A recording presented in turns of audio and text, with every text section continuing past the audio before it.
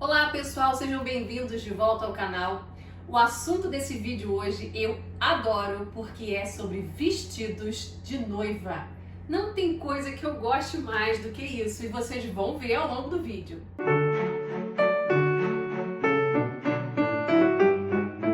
Seja na classe alta ou seja na classe mais baixa, já há muitos séculos que um vestido de noiva é uma das melhores roupas que você tem. Ou uma roupa que você já tinha, a depender da época que a gente está falando do casamento, e a gente vai traçar aqui ao longo de vários séculos, né? Ou então uma roupa que você manda fazer. Então vamos começar a falar sobre cores. O vestido de noiva, será que ele sempre foi branco? Como é hoje em dia? Não, gente, é o seguinte, as cores podiam variar muito. Se nós estamos falando, por exemplo, sobre alguma casa real, e como eu já expliquei para vocês sobre aqueles vídeos de trajes majestáticos, cada casa real costuma ter as suas cores específicas, tanto no caso dos homens, que viria na certa algum uniforme militar, como no caso das mulheres. É célebre, por exemplo, o vermelho. O vermelho sempre foi muito usado. Se vocês virem aquele filme A Rainha Margot, que é um filme francês da década de 90, se não me engano, com a Isabelle Adjani, uma mulher lindíssima. Eu amo esse filme, tá? É um filme que fala sobre a noite de São Bartolomeu, tá? Que foi uma guerra entre católicos e protestantes. Na verdade, foi uma emboscada dos católicos contra os protestantes. E Isabelle Adjani, que faz a Rainha Margot, ela casa linda, maravilhosa, de vermelho. Mas isso porque estamos falando de famílias reais, né, de casas dinásticas. Mas as outras pessoas, as pessoas comuns, elas também usavam vestidos de diferentes cores. Era comum que se usasse azul claro, por exemplo. Eu também já mencionei para vocês em alguns outros vídeos que o azul era visto como uma cor muito feminina, porque ele é a cor do manto de Nossa Senhora, ou seja, ele é a cor da pureza.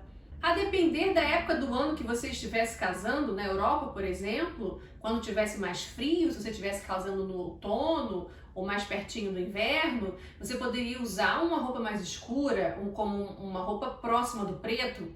Eu falo próxima do preto porque as cores absolutas, elas são difíceis de conseguir. Por exemplo, um preto muito, muito preto é difícil de você conseguir. Assim como um branco muito, muito branco, também era difícil de conseguir. Você normalmente consegue cores mais aproximadas. Você conseguia algumas roupas no preto absoluto, era uma coisa muito difícil, né? Normalmente era a realeza que usava. Assim como você conseguir um branco muito, muito alvo, né? Também era uma coisa difícil. Eu falei para vocês aqui no século XVIII que aquelas roupas extravagantes, tanto das mulheres, companhia aqui do lado, como a dos homens, que eu falei que a casaca dos homens vinha toda cheia de bordados e tal, uma das coisas que eles prezavam muito era um pedacinho de branco da roupa interna aparecer para fora da roupa. Né? Nesse sentido, a gente tem tanto aquelas rendas que eu falei para vocês na roupa dos ricos, né? Que terminam aqui no braço. Então a renda branca faz aquele caimento aqui, como a renda branca no pescoço dos homens também aparecendo. Por vezes, se não fosse a renda, podia ser o próprio babado da camisa, tanto do homem, né, que no caso viria aqui no pulso, o babado da manga da camisa branca aparecendo ou aqui no colarinho. Até hoje vocês veem isso nas pessoas que sabem usar terno, os homens que sabem usar terno. Né, o terno ele não costuma vir até aqui o final, né, o terno preto ou o terno azul, não importa, ele não costuma vir aqui até o final do pulso, ele termina um pouquinho antes para que o branco da camisa apareça. Isso é considerado fino e na época isso era considerado sinal de limpeza e luxo, porque você tem a sua manga, né, o término da sua manga branco.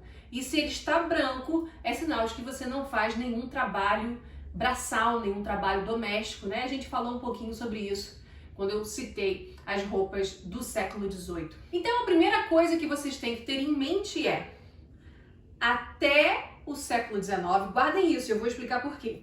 Até o século XIX, até 1840, você podia se casar, se você fosse uma noiva, você podia se casar com qualquer cor, tá bom? Até hoje você pode, tá, gente? Ninguém te obriga a casar de branco não, tá? Mas o que eu tô querendo te dizer é que era muito comum que você casasse com qualquer cor. É a partir de 1840 que a gente vai ver isso mudar e que a gente vai ver o branco chegar com força. Porque quem casou com branco em 1840 foi a Rainha Vitória. E isso mudou a moda dos casamentos. E a partir daí o branco foi se estabelecendo como tendência no vestido de noiva. Mas ela não foi a primeira a usar branco.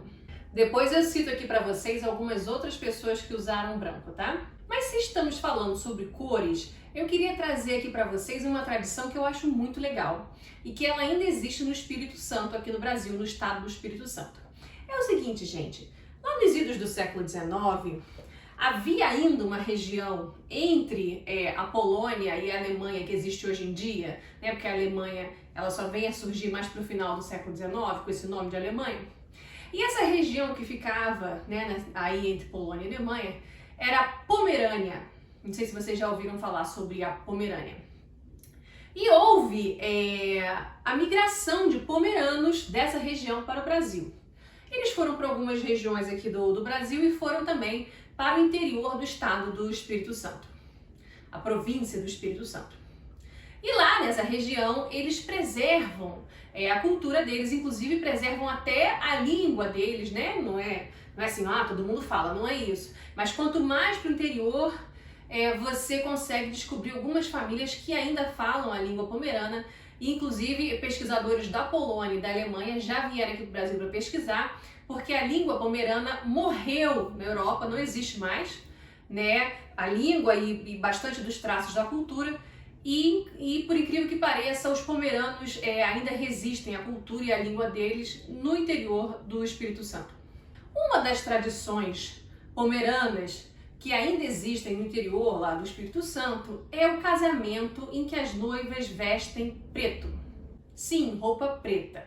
Preta ou roxo escuro, também já vi em alguns lugares roxo escuro. Uma das teorias do porquê as mulheres vestiriam preto para se casar é o fato de que as mulheres pomeranas lá na Europa, elas costumavam se casar após a colheita, e a colheita sempre ocorre no outono. Então elas usariam roupas mais escuras, né? Elas já estariam usando roupas mais escuras que protegem melhor contra o frio. Então elas pegariam o seu melhor vestido de outono ou de inverno para se casar, ou mandariam fazer, se fosse a família se juntasse para juntar um dinheiro ali para fazer um vestido novo, por exemplo, elas fariam um vestido, né, nas cores mais de outono e inverno. A outra teoria que eu acho muito mais interessante, tem mais duas teorias ainda, são três. Tem essa da temperatura e a outra agora que eu gosto muito é que o preto simbolizaria a morte social da noiva. Porque é como se a noiva estivesse morrendo para a família dela e indo migrar para a casa de uma outra pessoa, para a casa de uma outra família. De luto, porque ela está saindo da família dela anterior, né? É a morte de uma vida e o renascimento de uma outra vida. Não é que ela esteja casando obrigada, não. É só porque, né, são as passagens da vida, às vezes morre uma versão sua para renascer uma outra versão sua. E a terceira teoria, que ainda é muito controversa, é a ideia do direito da primeira noite. Eu não sei se vocês conhecem isso, o direito à primeira noite. Bom, o que era isso? Gente, na Idade Média, a Europa era dividida entre feudos, certo? Os países que você conhece hoje em dia, eles ainda não existiam, né? Ainda não existia a Alemanha, ainda não existia a Itália. Alguns países, até a depender da data que nós estivermos falando de Idade Média, eles já existiam, como Portugal, né, que foi o primeiro Estado-nação a se formar. Mas o que importa é que existiam vários feudos, por isso que a gente fala de feudalismo. E alguns desses feudos, né, eram ducados, condados, alguns se uniam para formar algum reinado. E os senhores feudais, eles eram os chefes daquela região, daquele feudo específico. E eles tinham servos, né? O servo, gente, tem gente que confunde servo com escravo. O servo, você não chega a vender um servo, ele não chega a ser uma mercadoria que você pode vender o servo para alguma outra pessoa, né? Mas o servo, ele trabalha para você e ele está preso à sua terra. Por mais que você não possa vendê-lo, ele está preso à sua propriedade, né? Ele é uma pessoa sua, né? Que trabalha para você e que mora ali na sua região. E, acima de tudo, ele é uma pessoa que te paga impostos. Ele lhe deve dinheiro, né? Porque ele mora na sua região, no seu feudo. E você, teoricamente, lhe presta proteção. Você, como senhor feudal, lhe presta proteção. Então é descrito que em algumas regiões da Europa, embora isso ainda seja controverso e muitos historiadores digam que isso foi uma má interpretação de historiadores ao longo do século XIX, que talvez a história na Idade Média não tenha sido bem assim, mas é comum que ainda se diga na literatura e na historiografia de que poderia ter havido o direito à primeira noite. E o que era isso? Em algumas regiões da Europa, também não vou dizer para vocês que isso era na Europa toda, e que isso era em todos os feudos, e que isso durou a Idade Média toda, até porque a Idade Média, vocês sabem, é um período de 1000 anos. Mas em algumas regiões da Europa, em alguns períodos específicos, teria prevalecido o direito da primeira noite, que era o seguinte: quando uma moça camponesa, ou seja, uma serva, né, daquele feudo, quando ela ia se casar, o senhor feudal teria direito à primeira noite dela, tirar a virgindade dela. É claro que isso é uma temática que mexe com os brios de qualquer pessoa, tanto de homens quanto de mulheres. Que é um absurdo tão grande, é tão aviltante, que isso se consagrou na literatura. Inclusive, tem um iluminista famoso, Voltaire, no século XVIII, ele escreveu sobre isso, né? E aí, ao longo do século XIX, quando os historiadores vão pegando algumas fontes primárias e pegam textos de alguns pensadores do século XVIII, como Voltaire, que chegam a escrever sobre isso, o pessoal fica, caramba, será que isso realmente existia? Que coisa pesada. E aí isso vai entrando no imaginário das pessoas a ponto de virar até temática de livros, temáticas de filmes. Olha, um filme famoso que tem essa história do direito à primeira noite é aquele filme Coração Valente. Então, no caso de Coração Valente, a gente está falando de uma moça que queria casar com um rapaz e, como o senhor feudal teria direito à primeira noite dela, eles se casam em segredo. Eles se casam no meio da floresta, não fazem uma cerimônia aberta para todo mundo ver, para que eles pudessem ter a primeira noite entre eles. E aí, quando o senhor feudal, quando o senhor das terras descobre isso, ele mata ela, ele corta a garganta dela, né? Uma das teorias de por que as noivas pomeranas vestiriam roupa negra, roupa preta, era porque, na tal da Pomerânia, existiria esse direito à primeira noite. Então, as noivas servas, as noivas camponesas, elas já casavam de preto em sinal de luto, em sinal de protesto. O que importa é que no Brasil, no estado do Espírito Santo, em alguns interiores, em regiões rurais, algumas moças ainda se vestem de preto no dia do casamento. É claro que costumam ser cerimônias mais longas, costuma haver uma cerimônia na sexta-feira e uma cerimônia no sábado, né?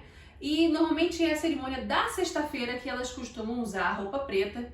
E já na cerimônia do sábado, elas costumam usar o vestido branco, tão famoso vestido branco, que hoje em dia todo mundo usa.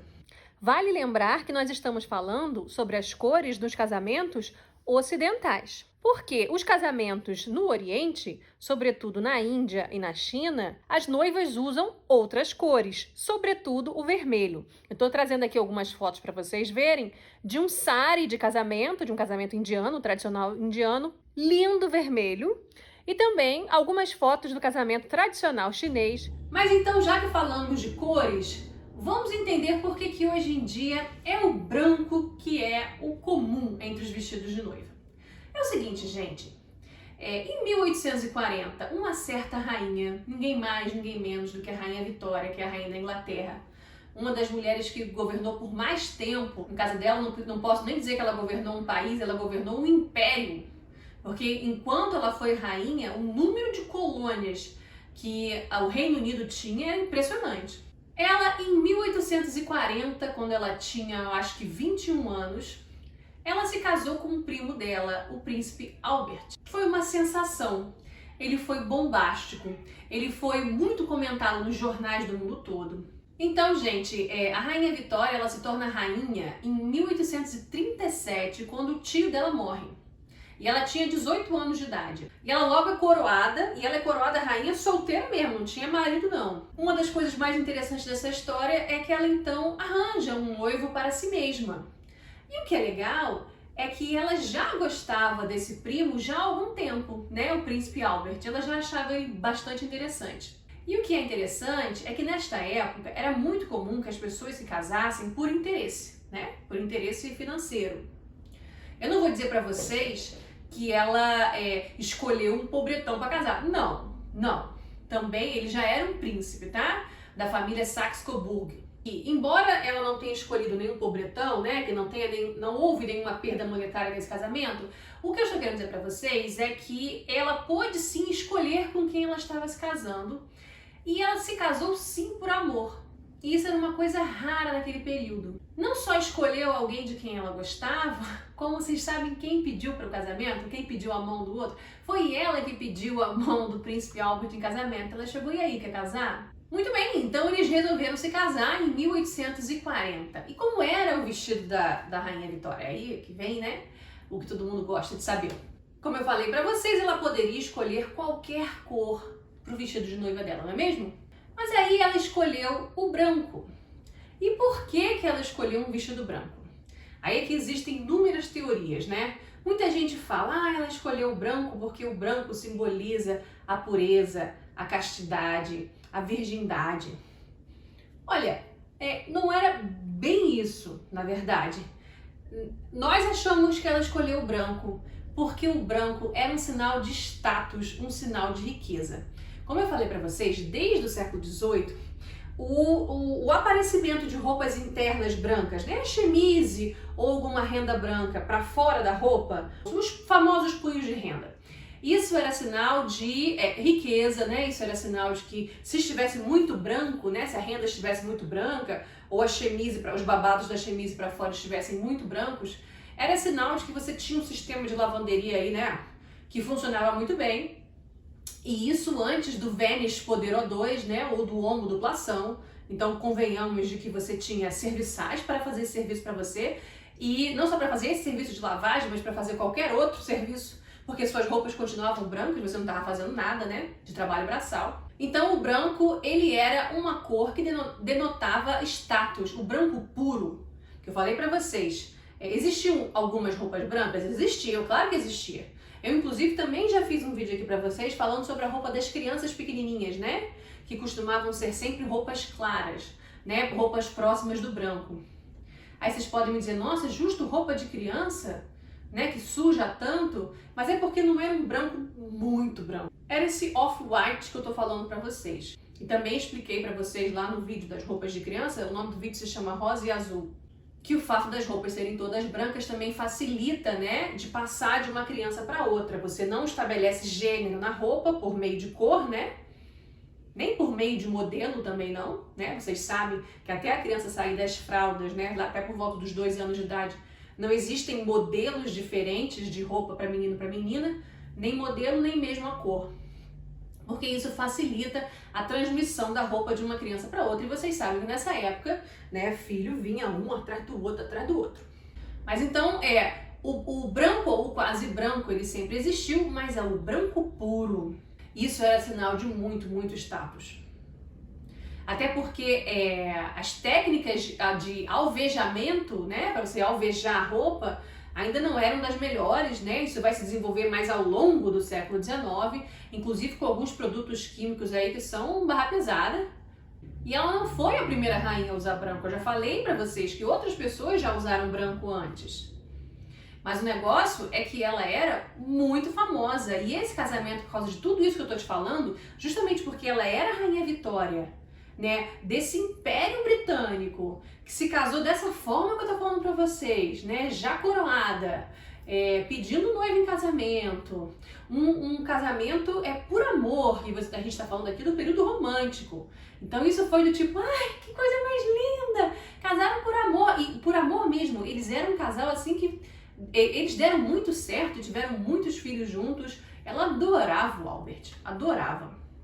Ela achava ele lindo. E o cara era bonito mesmo. Se vocês olharem aí, vocês vão ver que o cara era bonito. A Vitória não escolheu mal, não. Mas, por exemplo, o Brasil é muito tendência. Sabe quem se casou de branco antes da Rainha Vitória? Rainha Vitória casou em 1840. Quem se casou em 1829 de branco foi a imperatriz Amélia de Lutzenberg. Ela é a segunda esposa do Dom Pedro I, né? Dom Pedro I, o pai do Dom Pedro II. Se vocês olharem o quadro do Debré que eu vou colocar aqui para vocês, vocês vão ver que Amélia usava um vestido branco. Muita gente já casou de branco antes? Sim, muita gente já casou de branco antes. Mas você só vai criar tendência se você for uma pessoa de muita fama. Se vocês olharem aí as fotos, vocês vão ver que o corpete é a parte de cima do vestido, né? O corpete, né, como era comum já na década de 40, ele é bicudo na frente, ele tem um bico na frente.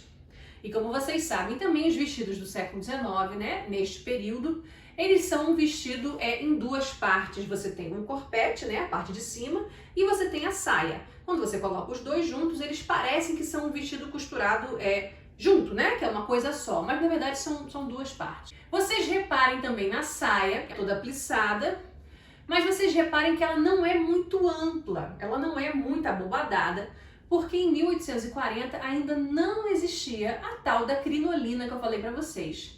A crinolina, ela é da década de 50, né, 1850 e 1860. É o período que eu mais gosto. Inclusive, a crinolina, ela foi patenteada em 1857. Ela nasceu em 1819 e vai morrer em 1901. Ela vive 81 anos, se eu não me engano. A gente chama todo esse período, né, basicamente mais o período em que ela é rainha mesmo, né? Lá de 1837 até 1901. A gente chama isso de período vitoriano. Então, esta Rainha Vitória, ela vai viver todas as modas desse período, inclusive o período da crinolina, o período da anquinha, né? E já no final da vida dela, já esse período de Belle Époque também. Mas quando ela se casou em 1840, não tinha crinolina. Então, o vestido dela não é muito amplo. Ele é razoavelmente amplo, ele já estava ampliando. Ele já estava ampliando na base do quê? Ali embaixo tem várias anáguas. Era um processo chato. Depois, quando a gente fizer vídeos aqui para vocês especificamente sobre a crinolina, vocês vão ver que a crinolina, ela dá até mobilidade para a mulher dentro da roupa, né? Ela enche bastante a saia e te dá mais mobilidade ali embaixo nas pernas e causa menos peso, a roupa fica menos pesada do que aquele bando de anágua para conseguir encher a saia. Ela fez algumas escolhas muito políticas na roupa dela, políticas e econômicas. Por exemplo, era muito comum nessa época, a renda que estava bombando nesse período era a renda de Bruxelas. Inclusive lá em Bruxelas tem um museu que eu aconselho a vocês a irem, fica ali pertinho da Grand Place, ali no centro histórico, que é o Museu da Renda. É o Musée de la Dentelle. E ali tem vários exemplares, tá? Dessas rendas do século XIX, né? E são lindíssimos, lindíssimos, que eram revendidas para o mundo todo, sobretudo na Europa toda, né? E toda vez que tinha casamento, que as noivas iam se casar, elas davam muita preferência a essa renda de Bruxelas. Mas aí a Rainha Vitória, ela fala o seguinte: não, que renda de Bruxelas? Não, eu quero uma renda inglesa, que eu tô aqui para prestigiar a fabricação inglesa, a indústria inglesa e os artesãos ingleses também. Então ela escolhe uma renda chamada renda Oniton ou Honiton, que estava assim indo bem mal das pernas porque justamente não estava conseguindo competir com a renda belga, né, a renda de Bruxelas. Mas a Rainha Vitória, ao escolher fazer o vestido dela com esses artesãos, ela acaba revigorando essa indústria dessa região, tá? Essa fabricação de renda inglesa dessa região. E todas as outras mulheres da aristocracia britânica começam a querer a mesma renda que ela usou no vestido dela. E não é à toa que todo casamento real da família real britânica, esses que a gente vê até hoje, né? Da Kate Middleton com o príncipe William, ou da Meghan Markle com o príncipe Harry. Algumas tradições que vieram da Rainha Vitória, não só o vestido branco, o vestido é sempre branco, né? Mas não só essa tradição, como algumas outras estão lá. Por exemplo, essa história de privilegiar designers britânicos, a indústria britânica de casamento, de confecção de roupa, e de confecção de renda, e de confecção de seja lá o que for. No caso da Rainha Vitória, eu falei para vocês que essa renda que tem aqui em cima do vestido dela, não era só em cima não, a saia também tinha renda. Era a partir do meio da saia para baixo, tinha bastante aplicação de renda e o véu dela era todo rendado, maravilhoso, maravilhoso. Mas além disso, ela também usou uma grinalda na cabeça. Ela podia ter se casado usando uma coroa, por exemplo, mas ela quis usar a grinalda. E essa grinalda dela, ela era uma grinalda de flores de laranjeira e de murta. Murta é uma outra plantinha. Flor de laranjeira é um símbolo, sim, de pureza e castidade. Sobretudo quando você escolhe a florzinha de laranjeira, a mais fechadinha, ainda não desabrochada, né? Bem o símbolo de castidade, né? De virgindade. E a murta, que vai em volta, que é uma plantinha verdinha com uma florzinha branquinha também, a murta é sinal de felicidade conjugal.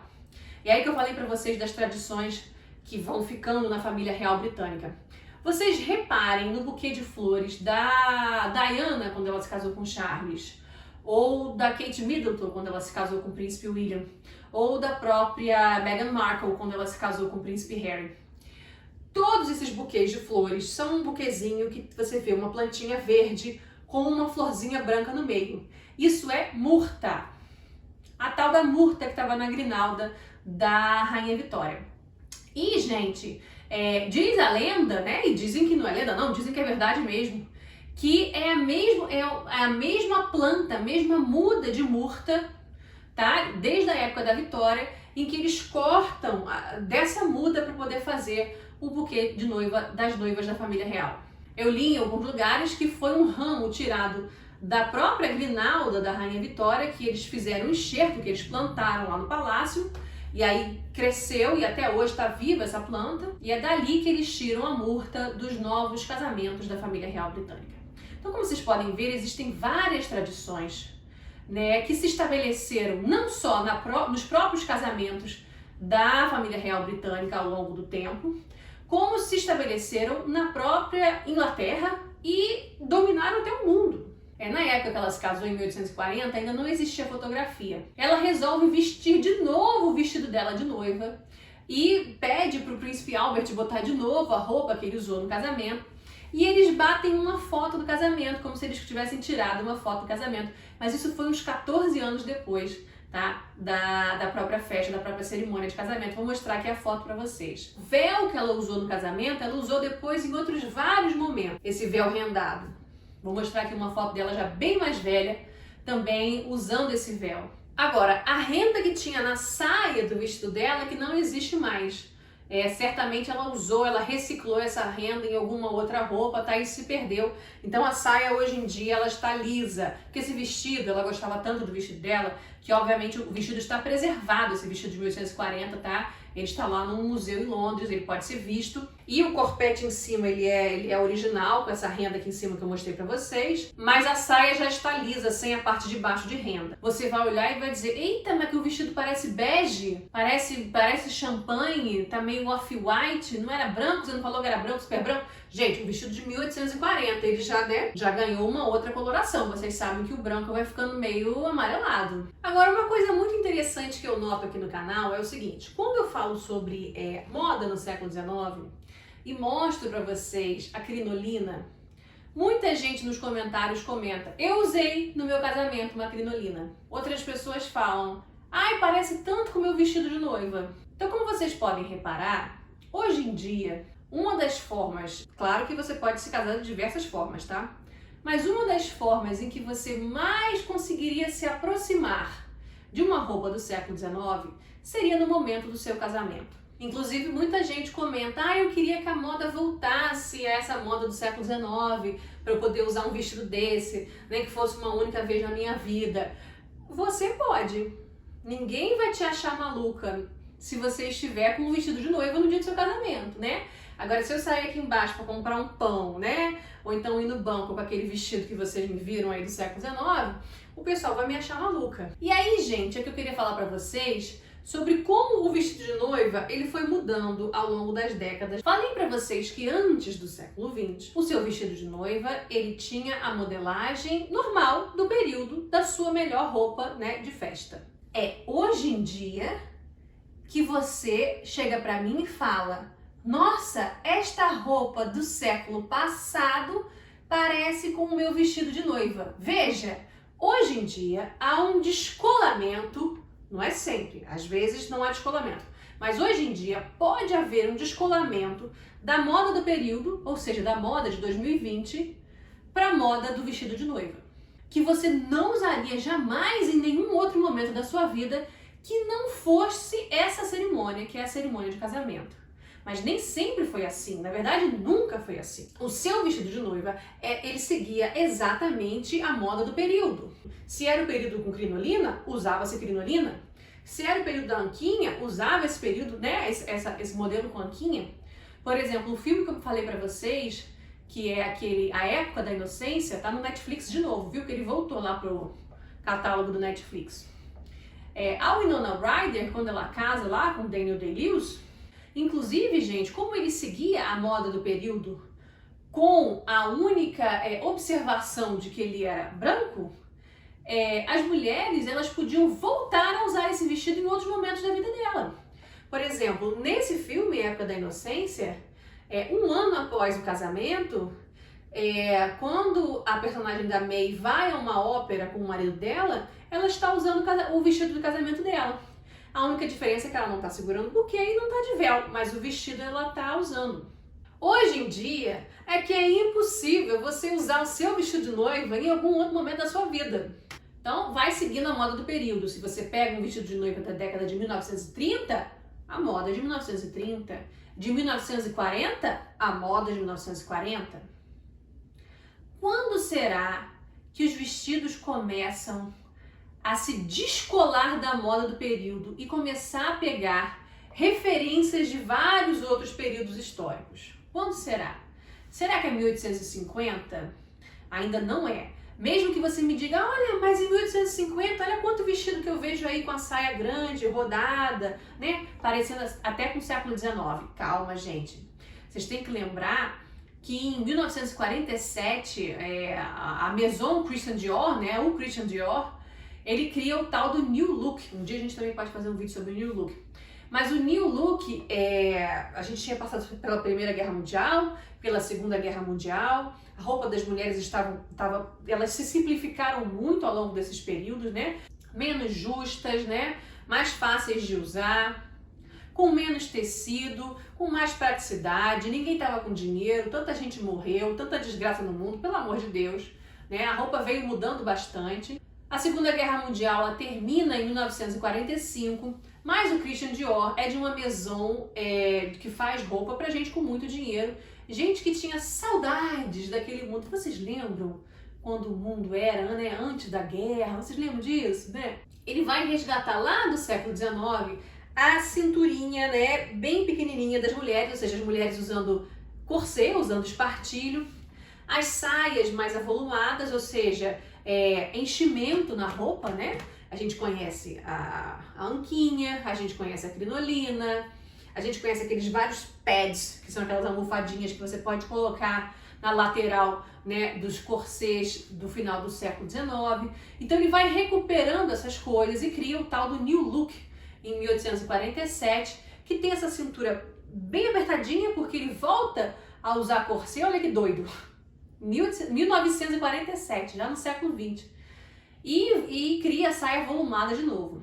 Essa tendência que ele traz em 47, ela vai pegar mesmo a partir de 48, 49 e vai perdurar a década de 50. É por isso que em 1950, a década de 50, você vê tanto vestido rodado, com essa saia mais ampla, rodada, uma cinturinha mais marcadinha, né? Por causa dessa tendência desse período. Então os vestidos de noiva também fazem isso. Você vai ver uma saia um pouco maior, ou seja, seguindo a moda do período. E aí na década de 60, você vai ver vários vestidos que são os vestidos brancos que parecem os vestidos hippies. Por quê? Porque a década de 60 é marcada, né, pelo movimento hippie. E na década de 70, você também vai ver uns vestidos que são a cara da década de 70. Eu diria para vocês que é a partir da década de 80, 1980, mas sobretudo a partir de 1990, década de 90, vindo ainda com mais força nos anos 2000, que a indústria do casamento vai se desenvolver cada vez mais e mais e mais. E vocês sabem que a indústria do casamento, eu posso botar aí para vocês, bem uns 20 anos, né, que ela é avassaladora. Tem gente que vive disso. São lojas que fazem vestidos para alugar ou para vender, cerimonialistas de casamento, gente que faz buffet de casamento, né, que faz comida para casamento, gente que faz bolo de casamento, gente que faz buquê de casamento, gente que faz maquiagem de casamento, cabelo de casamento, fotógrafos de casamento, filmagem de casamento, drone de casamento. E como é uma indústria, ela não vai te fornecer um único modelo de vestido. Ela vai te fornecer vários modelos que você pode escolher. Inclusive um vestido que pareça um vestido do século XIX.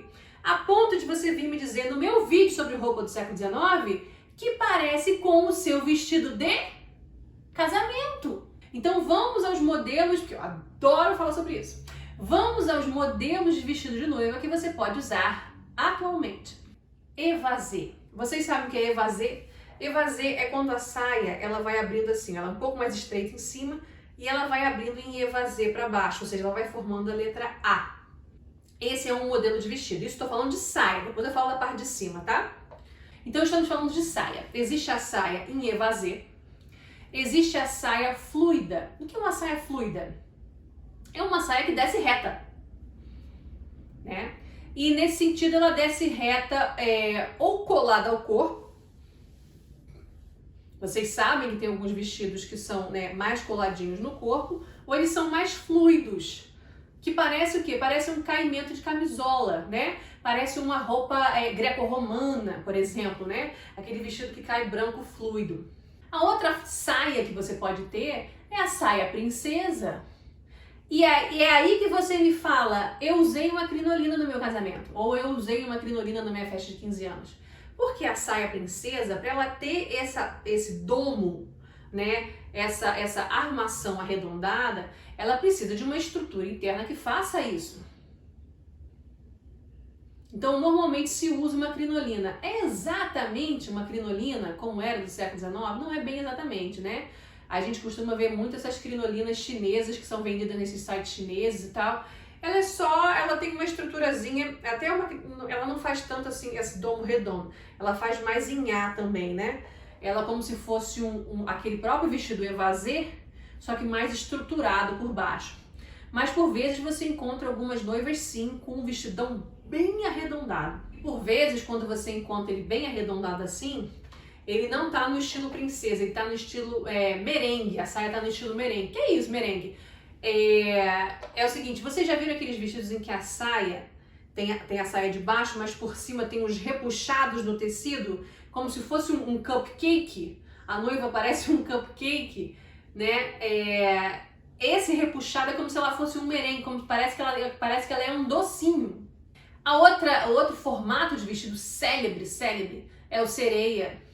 Qual é a diferença do évasé pro reto, né? Reto pode ser reto completamente reto ou reto fluido, pro princesa e pro sereia. O sereia, gente, ele vai formando o formato do seu corpo, mas aí quando chega no joelho ele abre. Então ele vem seguindo bem o formatinho do seu corpo, a sua cintura, o seu quadril, aí vem estreitando aqui na coxa, né? E aí quando ele chega aqui na altura do joelho ele abre, como se fosse uma cauda de sereia. Acho lindíssimo também, acho lindo. Então você tem todos esses tipos de vestido. Na parte de cima, você também pode brincar. E na década de 80, era muito comum que você tivesse mangas bufantes. Por exemplo, vou mostrar para vocês o vestido da Diana. A Diana, quando ela se casou com o príncipe Charles. É um vestido que, sinceramente, eu acho horroroso, eu acho muito, muito ruim, é lamentável. Mas foi um vestido que fez muito sucesso. Assim como o vestido da Rainha Vitória influenciou muito os casamentos no mundo todo, o vestido da Diana influenciou demais também. E aqui no Brasil, Diana se casou, eu acho que em 81, não foi? E ao longo de toda a década de 80, mas era em 1985, 86, 87, 88, 89... todo vestido que eu via, tá? Ele era um vestido muito parecido com o da Diana. Quando eu falo muito parecido, eu falo com essas mangas bufantes, com esses babados aqui no decote. Porque a década de 80, se vocês repararem, é uma década extravagante. A maquiagem era extravagante, era roxa, era azul, aquele batomzão vermelho, aqueles cabelos repicados, né? Várias camadas, chitãozinho chororó. Então a década de 80 ela era muito extravagante, então no vestido de noiva ela também era muito extravagante. E isso durou a década de 80 toda, tá? Às vezes, quando você pega em 1990, 91, 92, bem no iniciozinho, você ainda vê alguns resquícios, até porque as novas tendências, elas surgem primeiro entre os mais ricos, mas os mais pobres ainda ficam com as tendências mais antigas, né? Mas depois da década de 90, a gente tem justamente o oposto, né? Muita simplicidade. Então, os vestidos de noiva, que eu falei pra vocês, que a indústria já te fornecia essa gama de possibilidades, né? Mas na década de 90 preferiam mais os que eram esse de caimento reto, ou os fluidos ou de caimento reto. Porque foi uma década mais sóbria, mais simples, essa década de 90. Depois, no finalzinho da década de 90 e no início dos anos 2000, é justamente quando vem essa onda de vestido tomara que caia com uma saia bem ampla. Já ao avançar aí dos anos 2000, sobretudo quando você já passa para 2010, 2011, 2012, aí eu diria para vocês que com o advento da internet, a internet se intensificando cada vez mais, e você podendo ver cada vez mais diferentes tipos de vestido de noiva, diferentes tipos de estilista, a gente pode dizer que as pessoas foram variando cada vez mais. Hoje é muito difícil você, quando tem uma amiga sua, por exemplo, uma conhecida sua, quando ela diz que vai casar, é muito difícil você dizer com certeza qual vestido de noiva ela vai usar. Se fosse na década de 80, você já saberia mais ou menos o que ela usaria. Década de 90 também, o início dos anos 2000 também. Mas hoje em dia, esta gama que eu falei para vocês de possibilidades que a indústria do casamento te fornece, está cada vez mais ampla e mais visível, né, pela internet. Então hoje você não sabe se sua amiga vai vir com um vestido sereia, se ela vai vir com um vestido fluido, ou de corte reto, ou com renda, ou sem renda. Ela vai usar manga comprida ou não vai usar manga comprida? Ela vai usar aquele decote que vem aqui em cima, sabe? Aquele que vem cavado aqui no braço, deixa o braço de fora, já viu? Aquele vestido que vem cavado aqui, mas que vem com o pescoço até aqui em cima. Ela vai usar costas nuas ou fechadas? Hoje em dia as possibilidades são muitas. E mais uma vez, os vestidos de noiva dos casamentos reais, os que mais influenciam são esses dos casamentos reais da Inglaterra, né? Por exemplo, o vestido da Kate Middleton, ele influenciou demais o pessoal, né? Ela casou em 2011. A gente diria que a saia dela é em evasê, mas é um evasê que eu posso dizer para vocês que talvez tenha uma estrutura interna, porque ela tá bem ampla. Ela usa manga comprida, só que é uma manga comprida, com um detalhe muito interessante, é que essa manga, ela tem uma transparência, e por cima da transparência tem a tal da renda, uma renda aplicada por cima da transparência. E a gente chama isso de ilusionismo no vestido, né? Isso é muito comum hoje em dia, essas costas que parecem nuas, né? Mas na verdade tem uma tela por baixo, né? Uma coisa assim mais ou menos da cor da sua pele, um ilusionismo no vestido, e que você tem aplicação de renda, às vezes só nos pedaços, e aí quando você usa muito nas costas isso, por exemplo. E aí quando a pessoa vira de costas, você vê aquela renda assim meio que flutuando nas costas da pessoa e você fica, opa, como é que é isso? Como é que pode? Como é que isso tá em pé? Tá em pé porque tem uma tela por baixo, né? Normalmente da cor da pele da pessoa. Isso é feito tanto em manga como é feito também em decote. Então, por exemplo, às vezes você tem um decote aqui na frente, mas que tem umas rendas que vão saindo um pouquinho assim, e aí você fica, eu não tô... Aí você tem que chegar perto para você ver. É muito legal, eu adoro.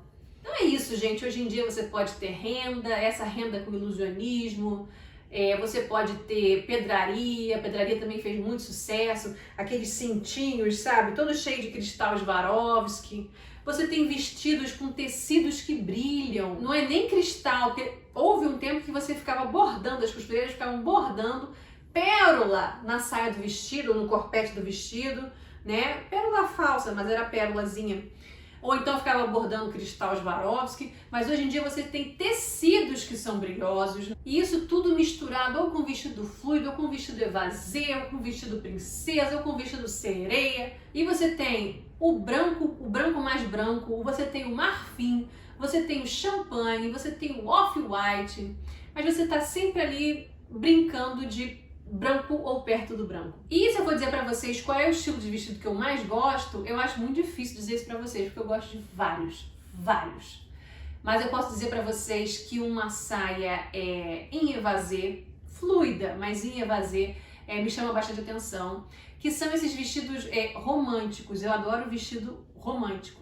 Quando eu falo romântico, não é o vestido princesa com a saia muito arredondada, com crinolina por baixo, não. Esse ilusionismo de renda aqui no decote ou nas costas, ou se você quiser uma manga comprida, eu também acho bonito.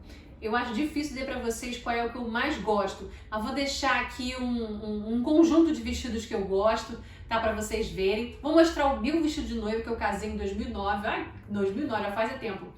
E eu vou mostrar pra vocês como é que era o meu vestido. O meu vestido era um vestido fluido de caimento fluido da saia, como se fosse uma saia greco-romana, né, ou uma camisola. Eu adoro esses vestidos fluidos porque eles dão muito movimento. Se você roda um vestido desse, a saia voa. Eu adoro essas coisas voaçantes. Eu gosto dessa coisa de me movimentar e o vestido mudar de forma. Eu vou mostrar algumas fotos para vocês em que o meu vestido tá parado. Então ele tá caído, como se fosse uma saia greco-romana, e eu por vezes estou lá toda arrasando, toda abafando, me mexendo com o vestido faz outros formatos. Então é isso, pessoal. Eu espero que vocês tenham gostado do vídeo. Nós falamos aí um pouquinho sobre história dos vestidos de noiva. E voltem sempre aqui no canal, falem como é que foi o vestido de noiva de vocês. Vou mostrar fotos do meu casamento, vou mostrar foto da minha mãe casando em 1971. No cartório, ela tá usando uma roupinha normal que ela mandou fazer, não é um vestido de noiva. Bem tem isso, você por vezes não está usando um vestido de noiva, mas uma roupa legal que você mandou fazer. Eu só observo que era branco. Então é isso, pessoal. Beijos, voltem sempre aí no canal, comentem, curtam, compartilhem, falem como é que foi o vestido de vocês, ou como é que vai ser, qual que vocês gostam, tá certo? Beijos e voltem sempre.